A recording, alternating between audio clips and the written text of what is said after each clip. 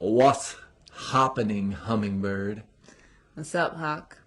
What's up is it's time for another episode of the Hawk and the Hummingbird.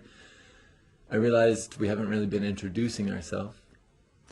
Oh, yeah, totally, huh? We just Yeah. expect people to magically know us. They just know us. You know us. We're like The family. Hawk and the Hummingbird makes perfect sense. Yeah, we're family. You know us. Yeah. But my name is Billy Perkins. And I am what am I? Holistic strategist, holistic wellness coach, intuitive consultant. Can we ever know who we are? I don't know. BillyPerkins.blog. You can read for yourself how I describe myself. Yeah. And we just did a Facebook Live video about this yesterday, huh? Was We it did. yesterday or Monday? No. It was Monday. Okay. Today's Wednesday. And you are Julie I'm Ariola. Julie Ariola. And who I am, I have yet to know. But How do you serve? How do I serve is through massage and energy work and powerful conversation, I guess. So let's do it. Let's have a powerful conversation. And before we do so, let's just say, may a higher purpose be served. and surprise me, God. And return me to childlike innocence. I have a question for you. Oh, you have a question for me? Yeah. Okay, I'm ready. Ask me your question. Since we can just get right to it, we didn't exactly pick out a topic today, so more like I asked a question earlier, and we decided that instead of delving into that, then we do a podcast. So my question, Billy, is what is the core, or what is at the heart of your message? You do a lot of sharing. If you guys follow him on Facebook, Billy Perkins, Instagram, Billy's Brain. Is Instagram like at Billy's Brain? No. No, it's just Billy's Brain. Well, I think if you were tagging someone, you. Oh, okay. Yeah, I don't really know how. Yeah, we're like 90. I don't know how Instagram works, really. I don't have an Instagram, but Billy does. So what's at the core or the heart of your message, Billy Ray Perkins? That is a really, really good question. And I'm glad that I had a few minutes to marinate on it before we started this, because I think there's a lot of subcategories that go around what I believe is at the core of my message. And sometimes I think I get caught up on the subcategory and I forget like what's really there. But I think that when you strip away all those subcategories and you really look at what I believe I want to share with the world, what I believe that I've actually done myself. Because as a coach, I find that can I coach someone on something I've never done or experienced? For me, the answer is no, you can't. You can't. Like, I could never teach someone how to be a gold medalist gymnast. I have no clue what that's like. Now, I could help that person, like, get their mind right? But I couldn't instruct them on certain aspects of that. And so, how would I help them get their mind right?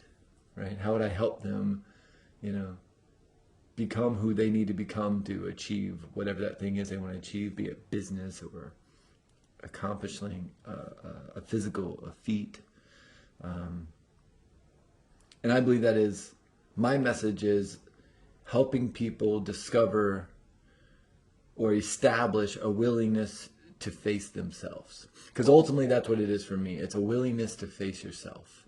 I think that's what's at the heart of my message. And I say this because when I really sit down and think about your question, like what is at the core of my message, I find that my experience has been around overcoming Billy. Meaning, overcoming the parts of me that stand between me and what I really want to achieve.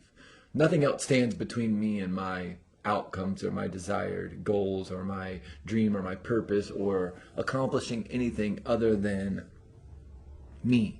And in my own personal experience of coaching people for almost 15 years and being here for 39, like, I don't believe anything stops you but you. Mm-hmm. And so that's what's at the heart of my message, is how to overcome yourself. Because it's not, like one of the things, there's a couple things here I think about. There's two quotes that came to my mind immediately from two drastically different human beings. And one of them is Rumi. And Rumi said, be like melting snow, wash yourself of yourself. Mm-hmm. And the other one that comes to my mind is Tony Robbins. And Tony Robbins says, it's not about resources, it's about resourcefulness. I love that quote. I love that quote too. And I remind myself of it on a weekly, if not sometimes daily basis, that it's really easy to pin your situation onto other people. And I actually even think in our society right now, it's a disease. I think it's becoming a disease where we are not holding ourselves accountable to what we know is best for me personally. Like, what do I know is best for Billy?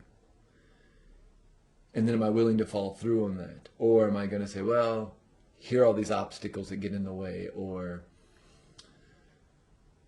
blame all these other people or blame all these other circumstances and situations. And that's like a real simplistic way, because I don't think it's that simple necessarily. And so I think there's kind of like, if you take this idea of willingness to overcome myself, I can almost divide it into like two pieces.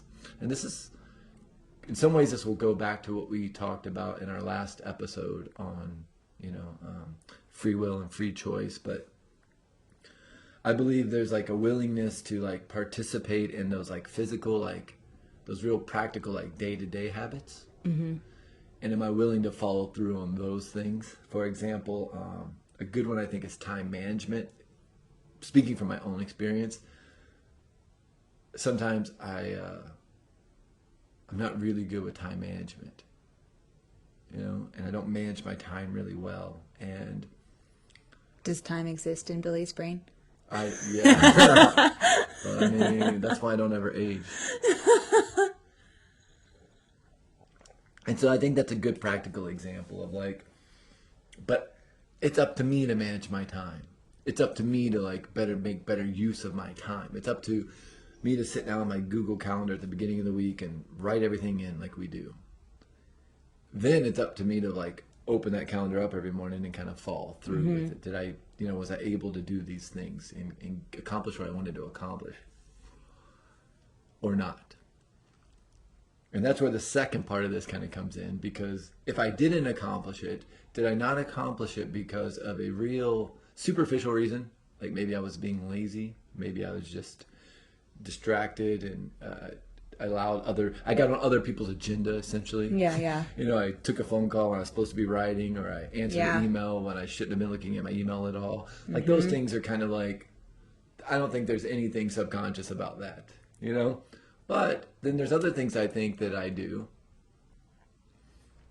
to where I do distract myself with other things because there's something else driving me that kind of maybe depending on what that task is I'm trying to accomplish during the day, maybe there's something else under there, a deeper emotional thing that's maybe linked to fear or insecurity that says, well, you don't really want to accomplish this thing. Let's find a reason to keep dragging it on. Let's keep writing your book. Let's keep building your course. And then really it's something bigger, right?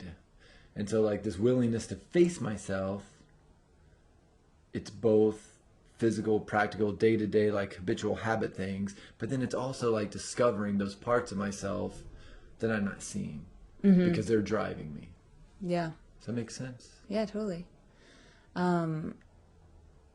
So facing yourself, and then you say overcoming yourself as well. Right. And overcoming yourself, again, like I said, I really think that is a real slippery slope to stand on. Because we could go back to it. I know you and I talked about this, and I don't want to beat a dead horse for all the people listening, but I'm going to. Why do we say beat a dead horse anyway? Like, that's such a weird saying. Sorry. My brain, see, there I go. My brain's doing that. That would be a good one for Away with Words. Yeah, we should call Away What with is that? Words and ask them. Where does That's this come from? sick. But you're sick for beating that horse in the first place. Yeah. So what was I saying before that? Oh, overcoming myself. Yeah. Right? But then there's the other part of me that there's things I need to overcome that I don't even recognize. And so for me, that's where coaching comes in. Mm-hmm. Where having a coach has been so valuable to me. Right? Where having a partner like yourself who provides me an environment and the space to help me see those parts of myself in a way that helps me to decipher them and decide what's true or false in my behavior or my actions, what's maybe lying under the surface. Because I think I found in my own experience that I was only able to get yay far. I could only go so far with overcoming myself on my own. Mm-hmm. And then I kind of hit this spot where it was like, well, not really overcoming myself because I couldn't see, right? It's like you were saying in our last episode, or no, Monday on our talk, I had my face up to the glass. I needed to step back so I can see the whole building. And that building's got, wiring and plumbing and several floors and different rooms and hidden compartments in it. And you can't see all that part of the building when you're standing with your face pressed up against one of the windows. And I think sometimes for me, that's where, like I said, having a partner like you, having a coach like John, having friends, like Allison and Lance, helps me to create a space where I get these awesome feedback, this information about myself, and go, oh my God. And now I can I can connect actions to like emotions and thoughts. Mm-hmm.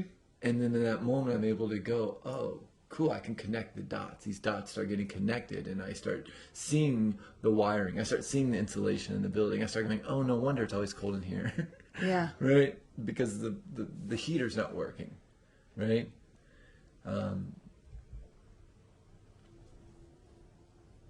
And so my mind's moving really fast right now. And so really, through learning how to like face myself or kind of overcome the parts of myself that I recognize as being not useful, the parts of myself that aren't really serving me, that are holding me back, I'm able to sort of create like a new set point for myself, right? Or a new homeostatic set point, if you want to think about it like that you it's like upgrading your operating system, right? Like you're operating at like 9.5, but the latest is 12.0, right? So it's like there's a process. You can't jump from one of those systems up to the top. You got to go through all the operating systems. You don't, well, I guess it happens occasionally, but generally speaking, people kind of get to this thing that we call enlightenment through a process, like a lifetime, process. And, sometimes we say things like midlife crisis, and I think it's like midlife enlightenment, right? Mm-hmm. And what I think in some of those instances is you literally have sort of a breakthrough, a paradigm shift, a new way of being, but you're not a different being. Mm-hmm. So I'm going to pause. I see you want to say something. No, it's just, the idea of overcoming yourself to me puts a certain image in my head, and that's overcoming like an obstacle, and I can see how there's certain aspects of self that can be, that surely hold us back, that we're not aware of, and that facing ourselves helps us be aware of those things. But my question about the idea of overcoming yourself is, where does accepting yourself come in to that? Because